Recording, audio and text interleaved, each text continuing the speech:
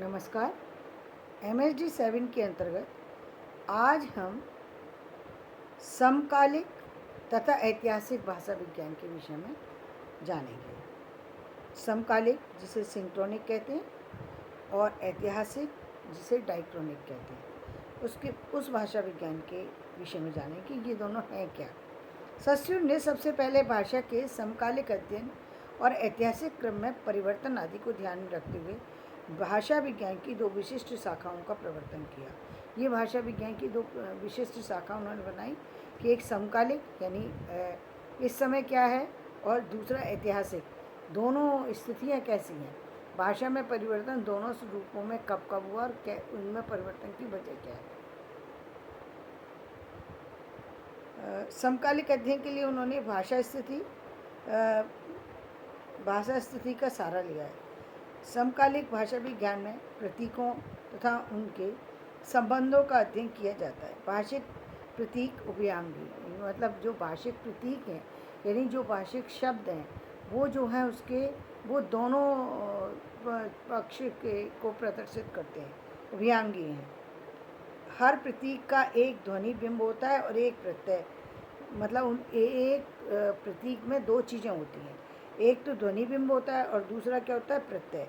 भाषा प्रतीकों की व्यवस्था है और उनका कहना है कि इसी तरीके से हम जिस भाषा को प्रयोग करते हैं उसमें हर शब्द एक प्रतीक के रूप में ही प्रयोग में लाया जाता है।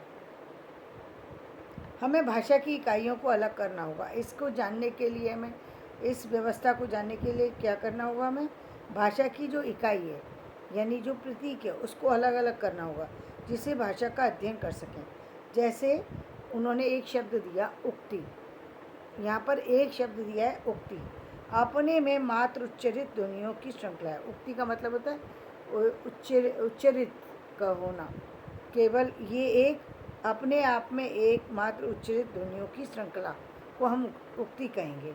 लेकिन इन उच्चारण खंडों को कैसे पहचानें और अलग करें, यदि हम इनको अलग करना चाहें तो इसे कैसे अलग करेंगे। तो उन्होंने हम सिर्फ भौतिक आधार पर ध्वनियों को अलग नहीं कर सकते। ध्वनियों को इकाइयों में खंडित करने के लिए अर्थ और प्रकार का सहारा लेने होगा। इन दोनों को अलग करने के लिए एक अर्थ का और दूसरा प्रकार, उसके अलग अलग जो उसके जो प्रयोग हैं उसका सहारा लेना होगा। ध्वनियों के परिवेश के कारण हम उच्चारण की श्रृंखला में प्रकार्यात्मक खंडों को पहचान सकते हैं।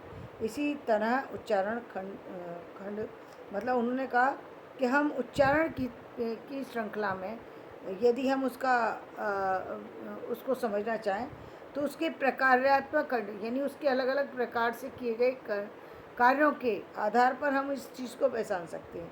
कैसे?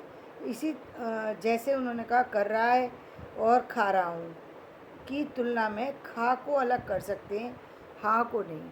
खा रहा है में खा को अलग कर सकते हैं, राग, क्योंकि खाने के बिना, खा शब्द के बिना क्रिया संपन्न नहीं होगी। रहा है तो समझ में क्रिया ही नहीं, कोई क्रिया ही नहीं, अर्थपूर्ण नहीं होता।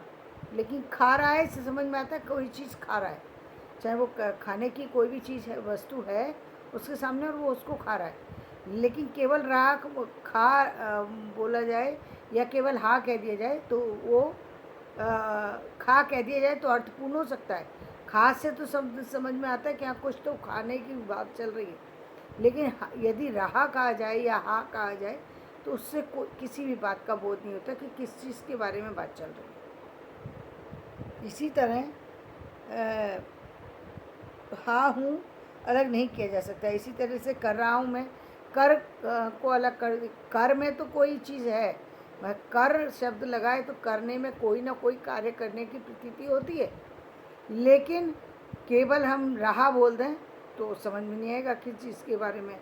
रहा शब्द का प्रयोग हम बहुत जगह कर सकते हैं, इसलिए केवल रहा जो है वो किसी चीज़ को प्रकट नहीं कर रहा, जबकि कर शब्द कई सारी चीज़ों को व्यक्त कर रहा है। वो या तो काम कर रहा है या सो रहा है या मतलब कुछ कर रहा है, पढ़ रहा है, कुछ